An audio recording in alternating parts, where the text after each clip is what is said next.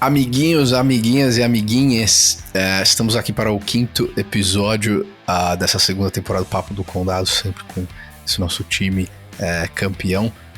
Vamos começar aqui com o Luiz Nunes, né? Como foi seu final de semana no Lollapalooza? Tava gostoso? Tava incrível. Fora Bozo. Que bom. Isa, como tá aí o tempo em Londres? Chuvoso? How's life? Continua frio, mas tá melhorando. Bom, que bom. E temos aqui uns tio Patinhos de Palo Alto. E Palo Alto tá sem barracas, né? Você chegou aí pra São Francisco, como estão as coisas? Cara, engraçado, né? Eu tive em São Francisco, desde quando eu voltei aqui para os Estados Unidos, eu tive em São Francisco mais do que a média do que quando eu vou, na época que eu tava aqui há mais tempo. E eu fui em São Francisco, e algumas áreas de São Francisco tá muito gostoso. Você vai na região da Marina, você vai na região da Embarcadero, a vida tá praticamente ao normal. Acho que o que ainda continua o caos, e acho que não vai demorar tanto tempo assim para se restabelecer, é a região ali do centro, de Tenderloin. Acho que ali ainda tá um caos, ali para baixo da Mission Street, ainda continua um caos, cheio de barraca, mas... Pedro, eu tô ficando um pouco surpreendido. Acho que eu peguei o São Francisco com uma vibe muito boa no final de semana passado, num sábado, um dia de sol. Pô, tava muito gostoso São Francisco. Então, estar ligado do Ocidente é capaz de estar se revivendo aí aos poucos. Excelente. Bom, eu falo aqui de Miami, onde o real estate market está uma loucura, o trânsito está pior, porque que preço você coloca na sua liberdade, né? Ela não tem preço, então, e a cidade não está comportando a quantidade de seres humanos aqui mesmo. Isso é, assim, tudo mudando. Fila no elevador, fila nos lugares, muito mais trânsito. E esse mês é um mês importante para cá, porque a gente vai ter a Bitcoin Conference e depois a Miami Tech Week. Para vocês terem uma ideia, logo depois, durante a Miami Tech Week, eu preciso pegar um voo de Miami para São Francisco, tá $1.100 a passagem, porque todo mundo da Bay Area vai vir para Miami depois quer voltar. Então, assim, é muito engraçado ver o desenvolvimento da cidade, mas enfim, vamos entrar nos assuntos do juro. Isso é uma coisa interessante, né? Os Estados Unidos... A beleza do capitalismo, né? Uma das belezas do capitalismo é essa autorregulação, né? O que está acontecendo é que os melhores lugares nos Estados Unidos para se morar são naturalmente os lugares mais caros. E o que vai acontecer agora, Pedro, acho que a galera vai... Os problemas que a gente vinha tendo aqui na Califórnia, de questão do trânsito, a questão dos aluguéis caros... Acho que a gente começa a ter vários dos mesmos problemas aí em Miami e a gente vai conseguir... Eu não tenho dúvida que a gente vai começar a ver alguma evasão, porque a quantidade de carros que eu tenho visto aqui na rua, com placas do Oregon, com placas da Flórida, e não é carro alugado, placas do Oregon, Flórida, placas de outros estados, tá parecendo que tem muita gente que tomou a decisão de ir para fora, voltando, principalmente agora, nessa semana agora que começa, as empresas, tanto o Google quanto o Facebook, só o Google tem 32 mil funcionários aqui em Mountain View. Então o Google já falou, né, que o modelo de trabalho deles vai ser híbrido, vai ser remoto 2 dias na semana e presencial 3 dias. E cada time está escolhendo. Então tem vários dos times, a grande maioria dos times é trabalho de terça a quinta presencial no escritório. Então as pessoas que mudaram, foram para o Colorado, foram para outros estados, e que agora a opção delas, ou elas voltam, ou elas vão ter uma redução salarial significativa, tem muita gente voltando.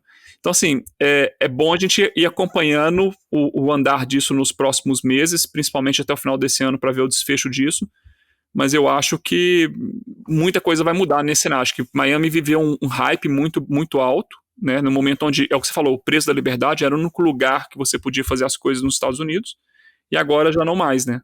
Agora os Estados Unidos inteiro já está aberto, já está tudo funcionando, vida voltando normal. Nova York está bombando, está começando, não como nos tempos áureos, mas está começando a ter uma vida muito mais ativa, e isso aí potencialmente pode ter uma drenagem de pessoas que tomaram a decisão de mudar para outros estados que não Califórnia, que não Nova York. Sim, eu assim, vamos lá. Um dos tópicos interessantes, quer dizer, eu acho que essa reorganização do mundo como um todo. Eu vou dizer que essa reorganização que nós passamos durante a pandemia foi a grande validação que eu tive para a tese de metaverso. por exemplo, né? Porque o fato é que todos nós aqui em cantos diferentes do mundo, de uma forma ou de outra, compartilhamos de valores e princípios específicos e nos conectamos digital. Quer dizer, o topo do funil das interações hoje acontece de uma forma diferente do que acontecia antes. Claro que a vida real é muito melhor do que a vida, né, do que a vida virtual, isso é fato. Você também estava na Bay Area durante a pandemia e foi horrível, né? Assim, no nosso caso, eu ainda estava na época liderando a OneVC e a gente tinha na época já umas 30 portfolio companies, todo mundo estava dando certo, começou a dar muito certo, e quem estava dando errado também deu certo, porque a tese da transformação digital foi excelente para todo mundo. Essa correção já aconteceu no mercado de public equities, mas a gente não tinha tempo para nada. Eram dias assim de 14 zooms por dia, várias vezes tive que fechar a câmera e mutar o microfone para fazer xixi, né? No meio do call. Assim, foi muito desgastante fisicamente. Agora, ao nosso redor, eu morava, você foi no meu apartamento algumas vezes, na Mission and Third, no centro ali.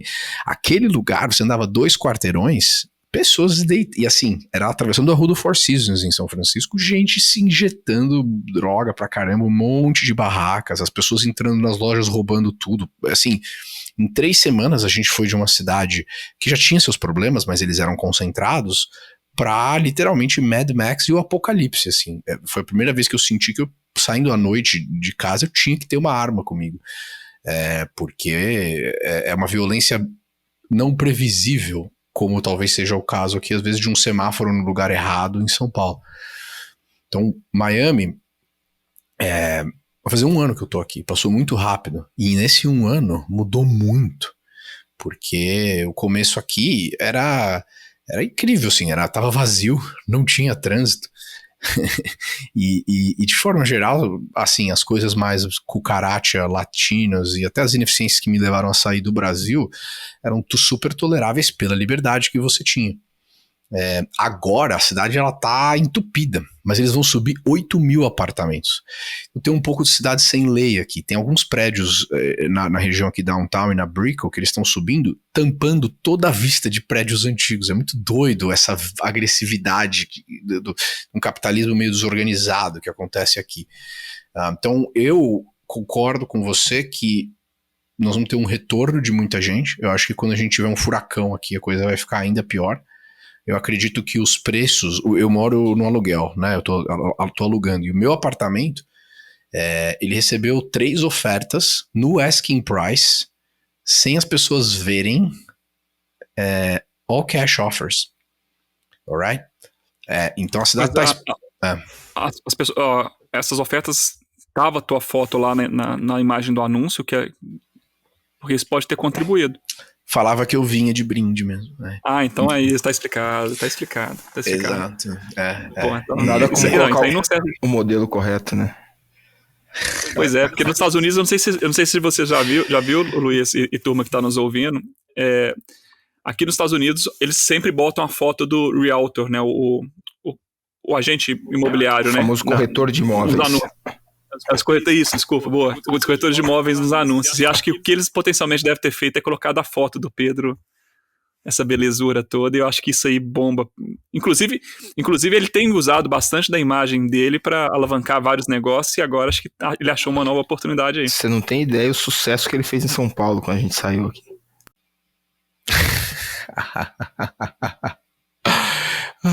Naquela época, eu ainda era um homem solteiro, Luiz. Agora eu não sou mais. Até uma novidade pra você aqui. Cara, então, não dá pra ser feliz pra sempre, né?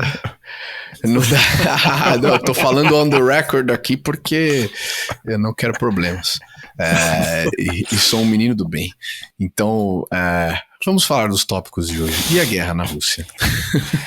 Esfriou, né? Bom, não, eu achei, olha, vamos lá, eu fiquei, assim, apesar, eu acho que eu já falei da minha opinião aqui, você também, assim, que é literalmente o Tiririca da Ucrânia que toca piano com o Pinto como líder lá, mas assim, congrats, assim, eles resistiram, ninguém achava que isso ia acontecer, pra mim Kiev ia cair em 2-3 dias, e agora eles estão retracting, quer dizer, tem uma questão mesmo que ninguém imaginou que o exército russo era tão incompetente, né? Porque acho que não entrava numa batalha nessa escala há muito tempo. Eu não sei se você tem uma outra perspectiva com relação a Tenho total. Da onde foi o desenrolar da preservação de Kiev? Na verdade, a gente... o episódio passado, inclusive, foi praticamente todo sobre isso, eu acho que o objetivo foi atingido, né? Que era essa negociação, a exportação de inflação para os Estados Unidos, o enfraquecimento e, acima de tudo, retirar o domínio da moeda americana em relação às negociações, que só tinha o SWIFT, né? Agora tem o yuan. Hoje ou ontem, se não me engano, a Rússia se ofereceu a fazer pré-pagamento de bonds, que são bonds inicialmente denominados em dólar através da moeda local. Enfim, eles conseguiram impor algumas das suas vontades, acima de tudo, fazer um risquinho ali na total dominância da moeda dos Estados Unidos. Então, para mim, eu nunca, ao contrário de vocês, eu nunca imaginei que fosse ter uma bomba atômica ou qualquer coisa nessa linha, assim, acho que não passou perto disso. Acho que a bomba atômica é essa inflação, né, que saiu o CPI americano aí hoje, que nada, os Estados Unidos está com 10% de inflação, juro perto de zero, ou seja, juro nominal de menos 10. Eu sei que é um tópico mais para frente, aí fica fácil de entender por que todos os países, principalmente exportadores de commodities, estão se fortalecendo na bolsa e no câmbio. Ninguém quer deixar mais o dinheiro nos Estados Unidos, que você pega, como eu disse anteriormente, é o trade do malandro, era comprar dólar, comprar S&P nos últimos 10 anos, você ganha dinheiro infinito. Então agora está todo mundo trazendo dinheiro de volta para casa, porque a moeda americana não para de se enfraquecer e, consequentemente, ali a bolsa americana também não para de cair. Então, eu acho que foi uma vitória do bloco sino-russo aí, né, nessa guerra, mesmo sem ter tomado Kiev ou qualquer coisa nessa linha. Eu acho que esse todo mundo é um pouco exagerado, porque também está tendo muita retirada de capital da própria China. Inclusive, muitos fundos de venture capital que levantam dinheiro de investidores institucionais americanos estão tendo dificuldade em levantar. E assim, só para lembrar que em meio de pagamento global, o dólar representa 40% e o yuan 3%. Então, acho que a gente está muito distante de uma realidade onde o yuan vai se equivaler ao dólar. Também acho que, dado ao conflito e a forma como o Oeste se uniu, dificilmente todo mundo do Oeste compraria a reserva de yuan ao invés de dólar. Eu acho que esse enfraquecimento do dólar é temporário, assim como o fortalecimento de commodities, porque a gente passou de um mercado bull para bear, e no mercado bear é exatamente isso que acontece, né? Os mercados de commodities sobem, por isso que o Brasil está se fortalecendo, mas eu acredito que isso seja temporário e até o final do ano tudo deve voltar como estava antes e o dólar vai voltar mais forte até o final do ano. Só para essa sua primeira parte, eu não disse que o yuan ia ser a moeda dominante, simplesmente que a gente só tinha transações em relação a energia, gás e petróleo em dólares e isso deixou de ser verdade. Então, esse é meu ponto, né? Não acho que o yuan vai overtake o dólar em nenhum cenário, seria até loucura. E sobre o preço das commodities e o enfraquecimento do dólar, aí a gente vai ter que conversar daqui 7 meses. Eu tenho uma visão diametricamente contrária à sua. O paradigma de você fazer o settlement de qualquer tipo de contrato sem usar o dólar é a grande mudança mesmo, sem o seu ponto é excelente, Isa, com relação às porcentagens, mas é assim, não começa do dia para a noite com uma total dominância, mas a gente mudou algo bem significativo. Bem significativo. E eu também achei interessante um artigo que saiu no Wall Street Journal com relação a todos os sistemas de pagamento paralelo que foram feitos dentro da Rússia, que na verdade os cartões da Visa e da Mastercard continuam funcionando. Saiu esse artigo no Wall Street Journal. Acho que você talvez o plástico daqui 5 anos é que vai ficar todo desgastado, talvez você não consiga issue a new card, mas as redes, até lá eles vão resolver isso internamente, e as redes estão continuando a funcionar, né? Eu acho que seria muito interessante se alguém conseguisse postar em detalhes, por exemplo, que quem que ainda tá na Rússia, né? Talvez a Johnson & Johnson ainda, né? Então, que essas empresas estão tendo que fazer? A Pfizer. É só o pessoal do Satã, né? As farmacêuticas boazinhas. Porque a Johnson & Johnson chipa um produto que mata a gente a cada 3, 4 anos, né? É protetor solar com câncer, é talco que mata bebê, né? Só tem bonzinho ali. Bom mesmo então, é vacina de 4 doses por ano. Essa que é boa.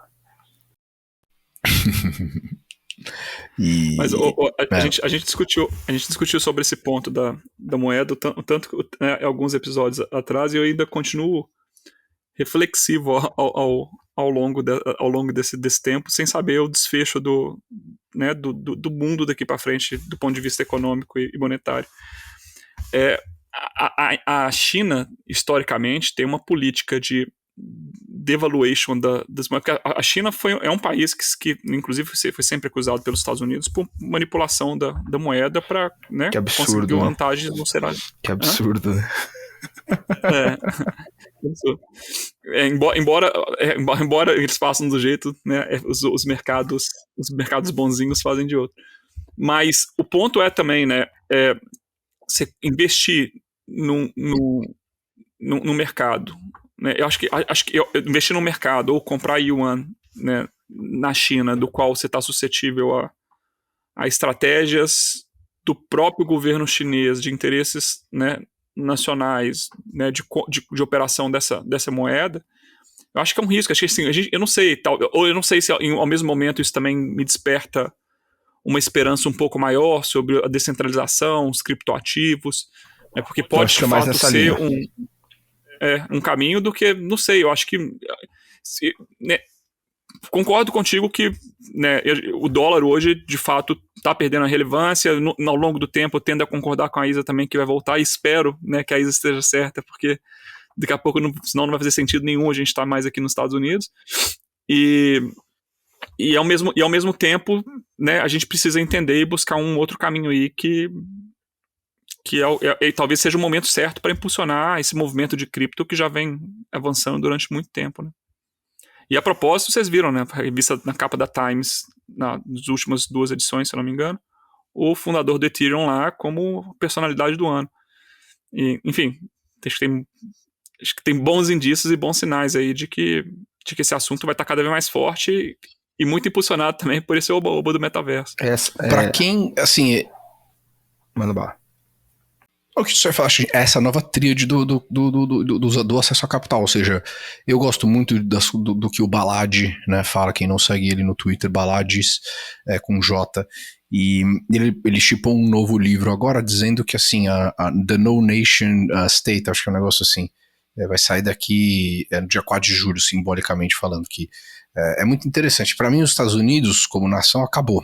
A gente tem pockets dentro do país que representam ainda o espírito americano, pelo menos a minha visão do que é o espírito americano, que é a Flórida, o Texas, e partes da Califórnia, partes de Nova York, mas assim, esses estados como um todo alucinaram e vão sofrer muito por conta dessas políticas. Ainda bem que a federação tem esse tipo de proteção. Isso é uma coisa. E tem uma empresa chamada Praxis, que é investida da Bedrock Capital, que é um país, que uma nova criptonação que está sendo montada. Eles compraram um pedaço de Montenegro para fazer isso. Aí a gente vai adicionando esse outro ponto no qual a gente tem uma tríade hoje que move o que acontece no mundo. É o capital do demônio, que é a China, a Rússia, Irã, etc. Aí tem the wokeism, e as miragens, né, que é ESG, é daquela definição que não vale nada. Esse monte de discussão polarizante com a mídia com uma retórica burra. Isso é power by the dollar, né, que continua sendo uma grande mentira, porque qual é o valor disso para ficar imprimindo infinito? E por último a gente tem, por isso que assim, o ecossistema que nós todos aqui estamos construindo, que é Alternative Organized Financing, com algum tipo de propósito. Pode ser cripto, pode ser venture capital, pode ser private equity, pode ser public equities investing também, com um propósito e específicas empresas. E eu fico feliz que todos nós aqui estamos do lado da solução, independente das nossas crenças, entendeu? Você ia falar alguma coisa, Luiz? Desculpa. Não, eu ia fazer uma piadinha pra variar. Não manda bala, poxa. Agora esqueci, já perdeu o time. Piada é 95% time, né? Vamos supor que todos nós aqui, se a gente for muito bem sucedido no que a gente está fazendo, a gente virar bilionário. Olha que legal. O Biden, ele quer taxar você antes de você vender os seus ativos. Então é um pre-tax capital gains. Eu acho excelente. Ou seja, próxima vez que tiver uma ideia no banheiro, antes de eu executar, o governo já é meu sócio. Porque ele já é meu sócio depois, na hora que eu executar e fizer acontecer. E tudo bem. Eu acredito que a retórica libertária de que imposto é roubo é um pouco exagerada, porque eu não quero gastar tempo em calçada, banheiro, polícia. Acho que você tem que ter um base minimum e muito focado também naquilo que a gente conversou no último episódio, né, Luiz? Você tem que prover igualdade de oportunidade e não igualdade de outcome. Isso tem um preço e isso vem de todo mundo tem que fazer a sua própria parte. Só para deixar claro. Mas eu não vi esse ponto. Basicamente ele quer taxar o pré-capital gain com o preço da ação no momento da. Qual o momento? Qual é o argumento disso? Vamos lá. É o argumento do quê? Você hoje, e aí é um pouco daquela retórica de como construir riqueza, porque muito assim, bem resumido pelo Naval, né? O que é isso aqui? Se você quiser de fato ser rico, você vai ter independência, quer dizer, liberdade na sua vida, em todas as tomadas de decisões, você só vai estar onde você quer, com quem você quer, do jeito que você quer. Você tem que querer isso. E isso tem um preço. A única forma de você chegar lá é você tem que ser dono de assets que valorizam enquanto você dorme. Então pode ser ações, pode ser com investimentos, pode ser com real estate, pode ser com a sua própria empresa. Normalmente, todo mundo que conseguiu, de fato, life-changing events, ou foram investidores ou empreendedores, ou os dois. Então esse é o ponto. O que acontece nos Estados Unidos? Difícil de refutar, né? Bem difícil. Difícil de refutar, não tem como. E aí, sim, os Estados Unidos é o quê? É o maior cassino organizado do mundo. Você perder dinheiro em ações, você consegue um deferral em taxes no ano seguinte. Isso é incrível. Você fala, você apostou dentro do free market, but you lost. We got your back. Isso é incrível. Esse é o primeiro ponto. O segundo ponto é o que? A maior criação de riqueza organizada dentro dos Estados Unidos foi o leverage, na qual o pessoal começou a fazer home ownership depois da Segunda Guerra Mundial. Então todo mundo hoje que consegue um empréstimo de 1 a 4, 5% ao ano para comprar sua primeira casa, quando essas pessoas morrem, todo mundo tem alguma herança nos Estados Unidos, pelo menos se a pessoa conseguiu comprar uma casa. E a cada nova geração, essa transformação, ela é assim, absolutamente incrível. Daí, quem sabe investir isso e fazer esse leverage, você consegue colateralizar os seus assets e pegar empréstimos super baratos. Durante o processo desses últimos 1 ano e meio montando a Atman, eu não tive salário. E eu tive várias ofertas de emprego, mas eu não aceitei isso, porque o seu salário é a receita mais cara da sua vida, porque ele é taxado imediatamente e o cash não tem valor nenhum para você colateralizar ele. Então o que eu fiz? Eu peguei todo o meu portfólio, todo o cash, comprei os melhores ativos em public equities que eu poderia ter e peguei uma linha de crédito de empréstimo a 1% ao ano, porque o dinheiro estava grátis no ano passado, e aí eu me paguei um salário em cima do que eu já tinha, entendeu? Sem viver numa boa, sem pagar imposto. Ou seja, esse loophole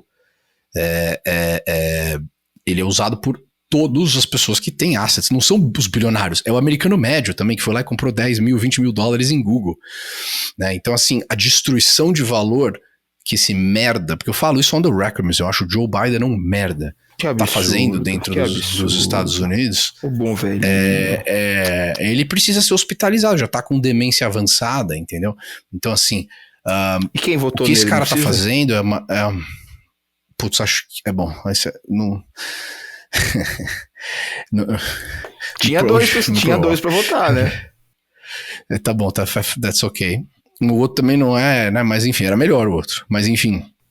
Adulto, ou seja, o problema disso é o que? Aí os bilionários todos, eles não. Eles, depois que morrem, o state income, o estate tax, né? Quando é a taxa de herança, você vai herdar as ações, ele é muito mais baixo. Então o pessoal fala, isso aí é unfair. Mas aí qual é o incentivo, quer dizer, que você tem em querer fazer o que... Porque assim, tudo bem, o Jeff Bezos não nasceu pobre, o Elon Musk nasceu pobre, mas eles criaram muito valor. E foi esse sistema que permitiu que isso acontecesse, que eles resolveram um problema que o mundo precisava on a compounding basis. Isso nunca vai ser aprovado.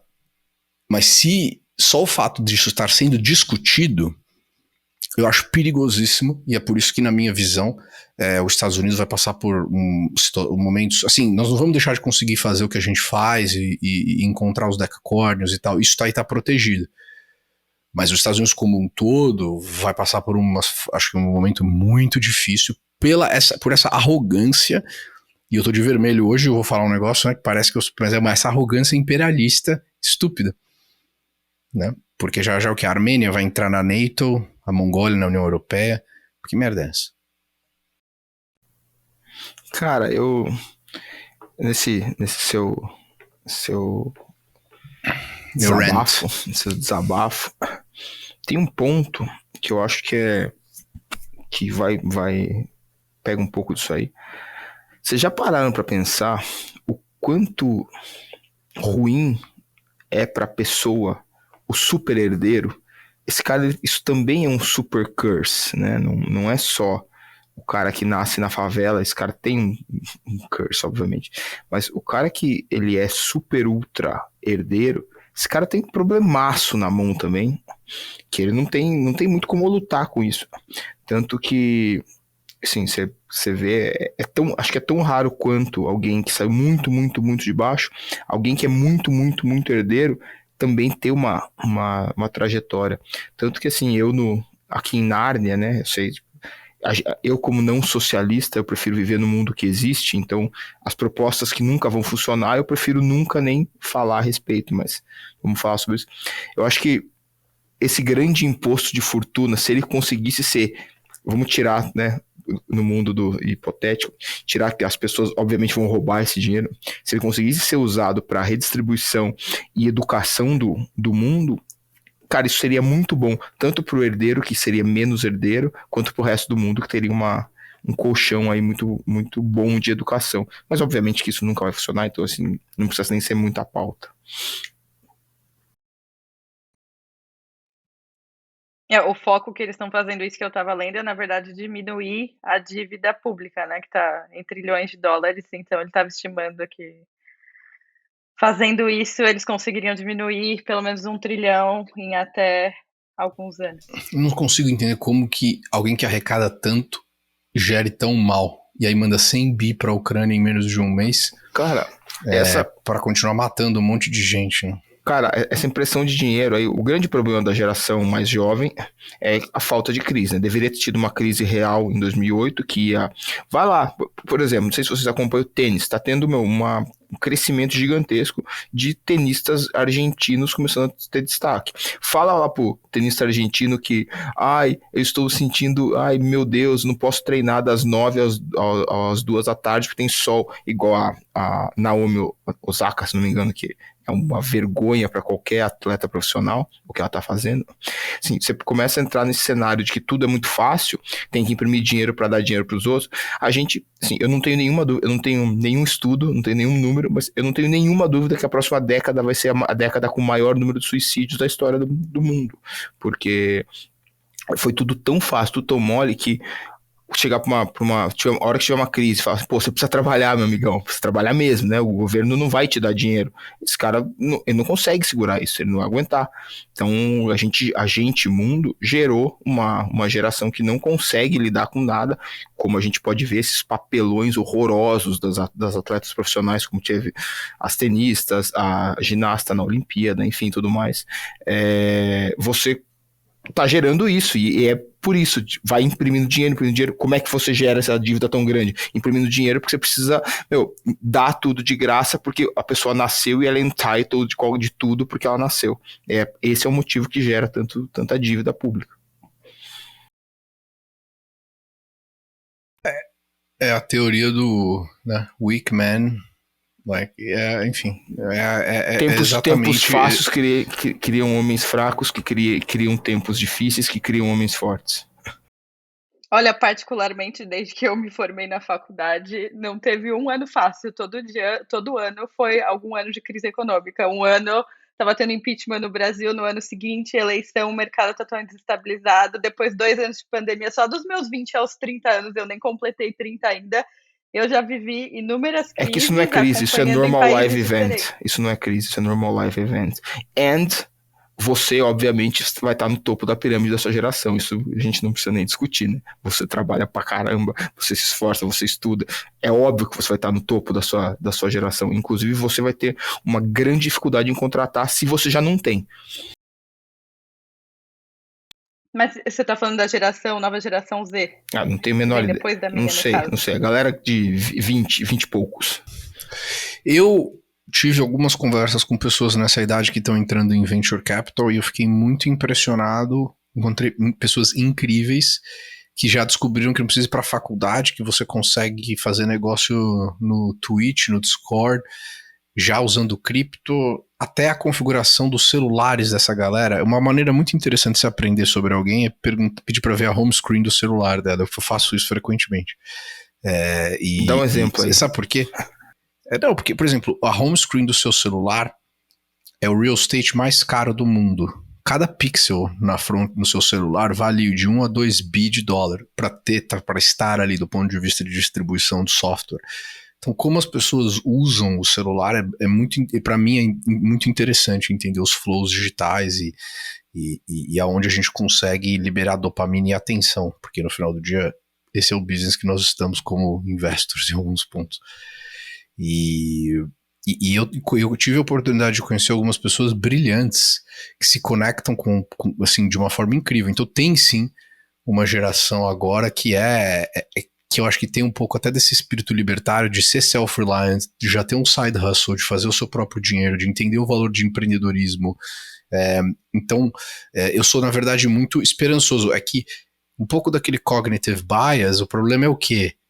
O vegano que troca de gênero 10 vezes por semana e reclama de tudo e fala que ser gordo é ok, assim, essa pessoa é muito mais loud, porque as outras estão busy getting shit done.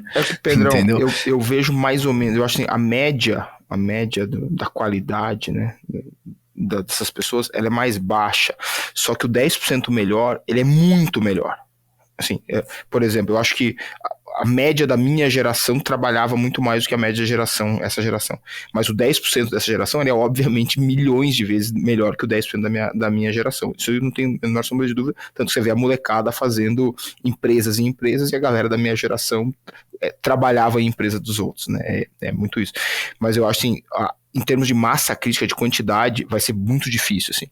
Talvez vocês, né, vocês todos aí, vocês estão na indústria mais de fronteira, então todo mundo que é bom quer trabalhar com vocês. A gente agora que fica o mercado financeiro tradicional, que a gente é menos sexy, então a gente teria que pegar a galera número 1 do número 1, essa galera assim, acho você super sexy. É desesperador. Você vai ter que entrar na fila, Pedrão, tô solteiro, cara. A gente tá vivendo um deslocamento da nossa sociedade, né? E esse deslocamento ele sempre vinha acontecendo. Se a gente pegar só que cada vez mais lento, né? E cada vez com um gap maior entre uma geração e outra. Se a gente pega a geração do nosso pai, a geração dos nossos avós, né? Foram gerações muito próximas, muito parecidas. E as nossas gerações para gerações dos nossos pais já eram gerações completamente diferentes. Então, no passado, né, os estudiosos que gostam de estudar comportamento dizem, né, que a diferença entre uma geração e outra era entre de 10 a 20 anos. Né? Você conseguia definir, essa pessoa é um baby boomer, essa pessoa é um millennium, né, dado ao gap geracional. E o que se discute hoje é que a diferença entre uma geração e outra é de 2 anos. Né? Então, uma pessoa que está nascendo hoje, daqui 2 anos, a outra pessoa que nascer, ou a pessoa que tiver 18 e a outra que tiver 16, vão ter convivido em coisas diferentes, gerações diferentes. Dado a velocidade e aceleração, principalmente impulsionado pela tecnologia. Então, o ponto é, a gente está vivendo um dilema na sociedade tão grande que é essa população, né, que aí eu não sei se isso é bom, se é ruim, mas é essa população, essa geração que vai ser a geração consumidora de qualquer produto que está sendo colocado no mercado, né, daqui para frente, porque essa turma que hoje está, né, essa turma que é onde que está a concentração de riqueza, né, e que hoje que são as gerações que geraram riqueza, são as gerações que daqui a pouco elas não vão estar mais aqui no mercado. O Pedro, inclusive, no podcast, na primeira temporada, ele trouxe um gráfico mostrando falando sobre a geração de riqueza por gerações. Né? E a nossa geração, a geração que a gente está vivendo hoje, né? Minha geração, da Isa, do Pedro, é uma geração que gerou 20 com 30, você chamaria essa geração mais ou menos? Isso aí. Que gerou muito menos riqueza do que a geração que veio antes do que a gente. Gerou muito menos do que a tua, que gerou muito menos riqueza. Só que assim, a geração que está consumindo hoje com muita força é a nossa geração. A geração que está no mercado de trabalho hoje com muita força é a nossa geração. E se a tendência é, que eu concordo contigo, né? Porque tem mudado um pouco das concepções, um pouco dos valores. Como vai ser? E o fato da gente não conseguir entender e não conseguir, ou não entender, ou minimamente conseguir compreender o comportamento dessas pessoas, a chance de ficar obsoleto no mercado igual esse, com o produto ou serviço que você esteja ofertando, ele é grande, porque a gente passa a ser minoria, né? Porque as pessoas, que a nossa geração, ela deixa de ser uma geração, a pirâmide vai mudando, né? Então é um desafio que a gente está vivendo agora na nossa sociedade para entender. Acho que quantos de vocês... a primeira vez, eu lembro até hoje, a primeira vez que minha avó foi usar o WhatsApp, né? Ela pegou aquele lá, puxou um negócio super estranho, ela demorou para adaptar.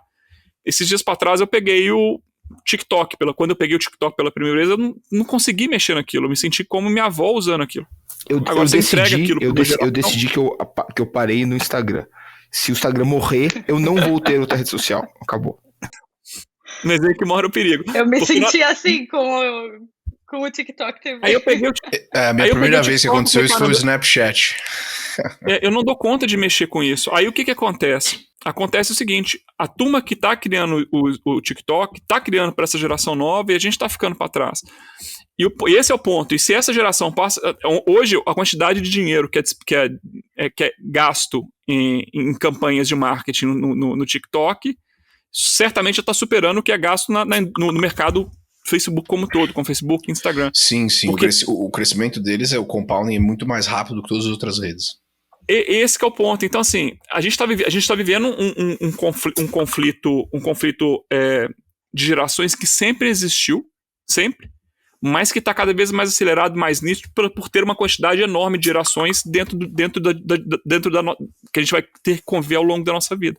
Antigamente, é o que eu disse, meu pai conviveu com 1 ou 2 gerações, a gente vai viver com 4, 5, 6 gerações diferentes. Eu ia comentar que a gente leva muito em consideração quando a gente vai fazer algum tipo de investimento, então acabo fazendo muita pesquisa sobre isso.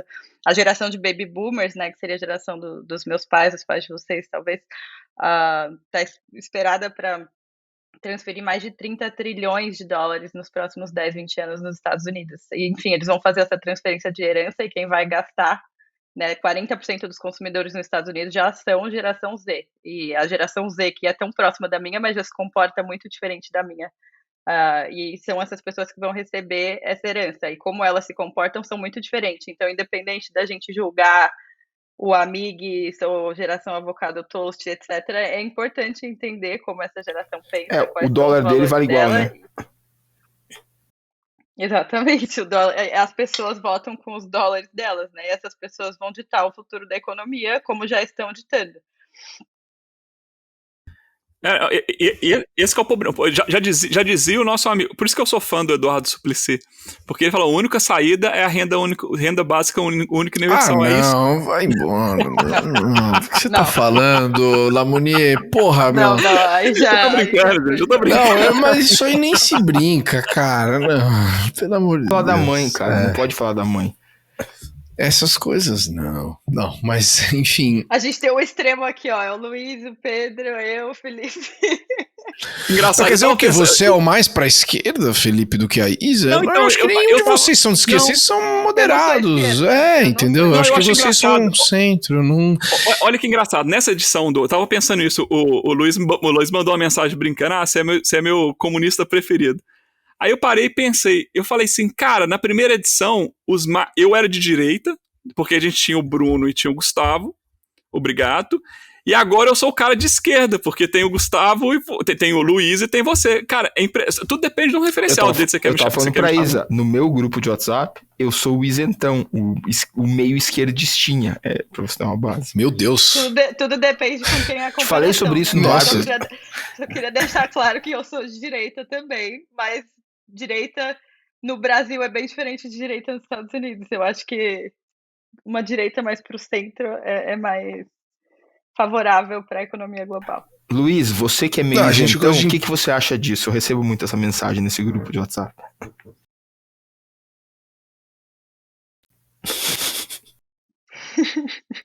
Luiz, você que é o isentão, o que você acha de tal coisa? Eu recebo muito essa mensagem nesse grupo meu de WhatsApp. Tá certo, então. Bom, eu queria uma pergunta diretamente para você, Luiz. Eu acho que pra gente imaginar aqui, vamos falar um pouco dessa questão que todas as grandes economias estão sofrendo isso, né? Se você tivesse uma varinha mágica de condado, do condado, varinha mágica do condado, olha só, pronto, vamos falar dessa forma. Quem sabe eu tenho. E aí... e tivesse que resolver... olha só, depois quem quiser conhecer a varinha do Luiz, mas para resolver a questão da inflação, porque tá assim, né, inflação recorde na Espanha, Alemanha, todas as economias, né, Brasil, enfim, todos, e aí alguns vão cair em stagflation, assim, o que você acha que é do ponto de vista de tempering, quantitative easing, políticas fiscais e monetárias, porque tá todo mundo passando pelos mesmos problemas gerados por impressão de dinheiro por conta de uma pandemia que foi respondida de uma forma completamente burra e exagerada em vários aspectos. Então, teoricamente, poderia ter uma solução that could technically, né, tecnicamente se encaixar para toda essa galera ESG. Põe o euro também como uma moeda ESG. O que você faria se você fosse hoje o presidente do Fed? Tá, depende, né? Se eu fosse presidente do Fed e eu pudesse fazer o que tem que ser feito, ou eu tenho que seguir o Biden. Porque é o seguinte, o que aconteceu? São anos e anos e anos de impressão de dinheiro, né? Criou isso que a gente estava falando, dessa geração acostumada a receber tudo. Esse fortalecimento gigantesco do movimento social e tudo mais, você não consegue parar de dar dinheiro, né? O pessoal é entitled porque nasceu. Tem esse movimento ESG feito errado. Mais uma vez, eu sou totalmente favorável ao movimento ESG. Eu acho que tem que resolver isso, mas você não faz do jeito que está sendo feito. Você não pode... eu vou simplesmente parar de cavar uma mina de minério, ou não vai mais ter a fonte energética XYZ, porque, você vai destruir, você tem que criar substitutos ao passo que você vai cortando o outro. Então, esse movimento ESG feito errado, de como é feito hoje, também pressiona a inflação. Cara, tem que fazer uma coisa só, você tem que botar o juro em patamar neutro. A inflação hoje é 9, você tem que puxar o juro para 9, 10. É isso que tem que fazer. Dá para fazer? Não dá, porque você vai... Assim, imagina um bond de 50 anos que hoje paga, sei lá, 2%, você vai de 2 para 9, cara, assim, o bond cai 99%, sei lá, 80% do seu face value. Isso é o que tem que ser feito, tá? Ele vai acabar deixando a dívida reduzir por inflação, né? Vai fazendo que é o default branco, e é exatamente isso que a China está atacando, porque uma vez que toda a reserva global é em dólar, o cara não tem muito pudor em imprimir mais dólar para pagar a própria conta dele, né? O brasileiro, se ele começar a fazer isso, ele começa a perder o seu potencial de financiamento em reais, que vai ser só em dólar, e aí ele vai ter que correr com a moeda do outro. Então, o que deveria ser feito? Tem que puxar o juros, não tem jeito. Vai ser feito? Acho que não. Acho que por isso que a gente vai continuar vendo as commodities para cima, como a Isa citou. Se o cara fizer o correto, ele realmente dizimaria as commodities. O que eu acho, né, de tudo isso, né, dado que estou aqui em cima do muro, né, acho que tem que subir o juro, mas não vai subir o juro. O que a gente tem que ficar muito, muito, muito esperto?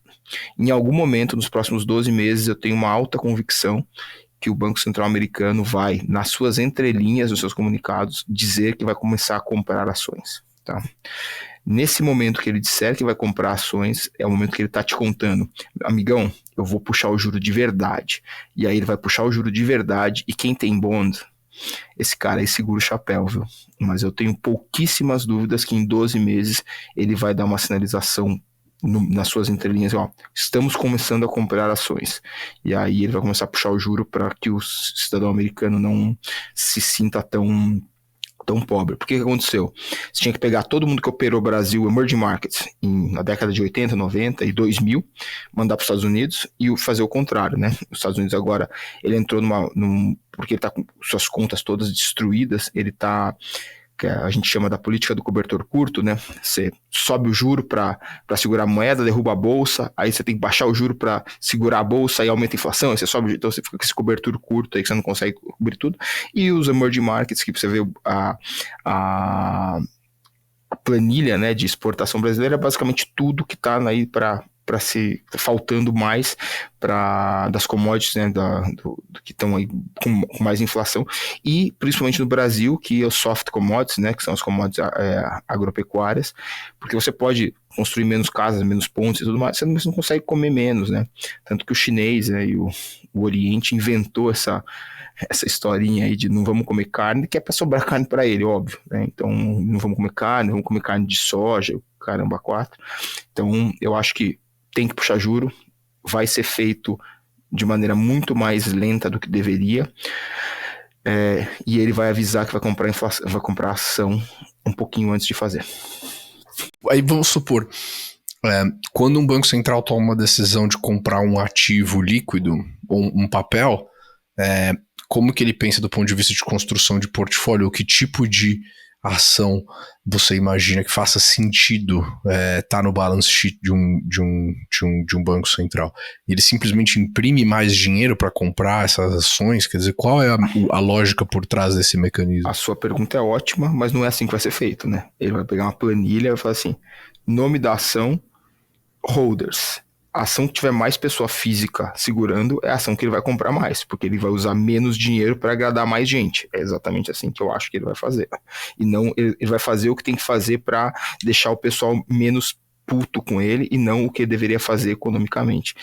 E aí ele vai vender dívida, né, vender bonds, que é no fim das contas imprimir dinheiro, então por isso que ele vai pressionar mais os bonds ainda e vai comprar as ações. Então ele vai acabar comprando um mix de aonde tem liquidez, porque quando uma entidade monetária desse tamanho entra comprando, ela mexe o mercado, então é um mix de liquidez com maior quantidade de pessoa física holding aquela ação, ou mutual funds, enfim, vai ser quais ações que eu agrado mais gente, eu acho que é mais nessa linha.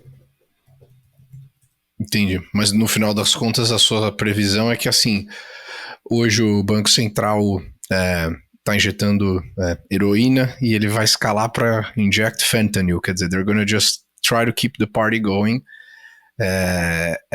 e num sistema que assim, se o dólar deixar de ser reserve currency, os Estados Unidos vai se tornar um país miserável em anos, né? É que isso aí é muito difícil, muito tempo, muito grande, mas assim, ele precisa comprar pouca ação para segurar a bolsa vis-a-vis o quanto ele tem que puxar de juro, né? Então, não é mesmo, ele não vai continuar imprimindo nessa magnitude.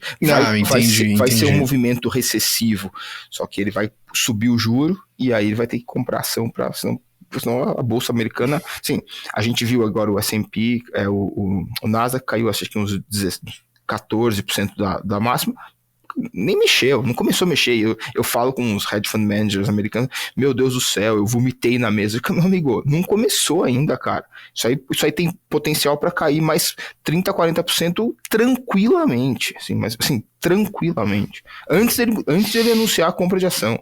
Então, assim, acho que... Interessante. Mas a sua visão é que assim, a verdade é que é impossível fazer o que é certo, que seria de fato, porque a dor vai ser tão grande que é melhor você, enfim, é aquela metáfora que a gente usa no nosso mercado para fazer investimentos, que a gente não quer nunca investir em vitaminas, a gente quer investir em painkillers, porque se não tomar seu suplemento de vitamina C, tudo bem, né, a vida continua, mas se você tá com uma puta dor e tomar um analgésico, resolve a dor. Nesse caso, vai ser uma vitamininha C que vai dar uma ajuda ali, mas não vai resolver. E tem a verdade que, na verdade até é um painkiller, mas você não vai curar o dente podre, né? Você vai cortar um pouquinho a dor de dente, é só isso. E é aí que a China começa a destacar, né? O fato de não ter eleição, ele não tem que fazer benesses para se reeleger daqui 4 anos, ele pode fazer planejamentos de longo prazo. E os Estados Unidos, assim, é mais uma vítima desse sistema que a gente tem, que fica trocando de presidente ou de governante periodicamente. Eu não estou dizendo que esse sistema é ruim, tá? Talvez, na verdade ele é ruim, mas ele é o melhor disponível. E é isso que tem que fazer, né? Porque o cara quer se manter no poder, então ele vai ter que agradar no curtíssimo prazo. E o curtíssimo prazo cobra o longo prazo, como sempre. A esquerda, Luiz, a direita sempre perde para a esquerda e a esquerda perde para a realidade. Eu tinha uma pergunta para te fazer, Manda não bala. sei se você já Manda está bala. no tempo. Queria saber tua opinião, já que você opera nos mercados com essa questão mais otimista em relação ao Brasil, com o fluxo de capital acumulado dos estrangeiros, porque eu vi que esse ano já foi 90 bilhões, né? Que basicamente já é o total de 2021. Você acha que vai se estender isso a longo prazo ou que é temporário o momento? Eu acho que, antes de responder o que eu acho, tem um dado que a gente não consegue provar, tá, Isa? Mas eu tenho uma convicção bem alta que uns 70% desse dinheiro é dinheiro de brasileiros que foi tirado do Brasil nos últimos tempos, que está voltando dos Estados Unidos através de offshores. Então, a gente não consegue ver que a última pessoa lá, né, o beneficiário último, é um brasileiro, e sim uma offshore. Mas eu acho que, cara, 70% desse dinheiro é um dinheiro de brasileiro que está entrando por uma offshore em vez de fazer o câmbio e voltando para o Brasil. Então, dito isso, eu acho que o dólar ele vai continuar se enfraquecendo, ou pelo menos fraco, e isso faz parte da contribuição para... Porque você imagina o seguinte, quem que vai botar dinheiro nos Estados Unidos e receber menos 10% ao ano de juro? Você pode botar no Brasil, que é um juro real positivo. Ou qualquer outro país, não precisa ser o Brasil, você escolhe o seu país aí. Eu acho que talvez os Estados Unidos seja o pior para ter. Então você vai tirando dólares dos Estados Unidos, e eu de maneira nenhuma acho que um trader que está sentado aí em Londres vai comprar a Brazilian Real. Não é isso. O dinheiro começa a voltar de onde ele foi. Tanto que você pode ver o rublo, que é uma moeda que deveria ter sido dizimada, ele voltou para o preço pré-guerra, ele já voltou para o preço pré-guerra, porque o pessoal está tirando tanto dólar dos Estados Unidos e voltando para sua pátria, que começa a fortalecer a sua moeda em relação ao dólar. Então eu acho que é um movimento que tende a continuar até quando? Até os Estados Unidos subir juro, porque uma vez que os Estados Unidos suba juro, ele mostra a responsabilidade fiscal e todo mundo prefere ter dinheiro em títulos de um país como os Estados Unidos, assumindo que ele tem a responsabilidade fiscal, do que em qualquer outro lugar. O problema é hoje que paga juro negativo e não tem responsabilidade fiscal, por isso que eles estão trazendo dinheiro de volta. Queremos ser respeitosos com o seu tempo aqui. Muito obrigado. Não, sempre. Então, mas excelentes pontos. Acho que temos ainda muitos mais assuntos aqui para a gente continuar, porém vamos encerrar aqui, porque hoje estamos gravando de quarta-feira, que é raro, e aí o tempo fica mais curto para todo mundo, a vibe é mais séria, menos sexta, mas enfim, também é bom. Estamos no meio da semana. Também é bom também. Pessoal, muitíssimo obrigado, um prazer inenarrável estar com todos. Valeu. Eu achei bom quebrar a semana. Obrigada, pessoal. Um prazer. Beijo, tchau, tchau.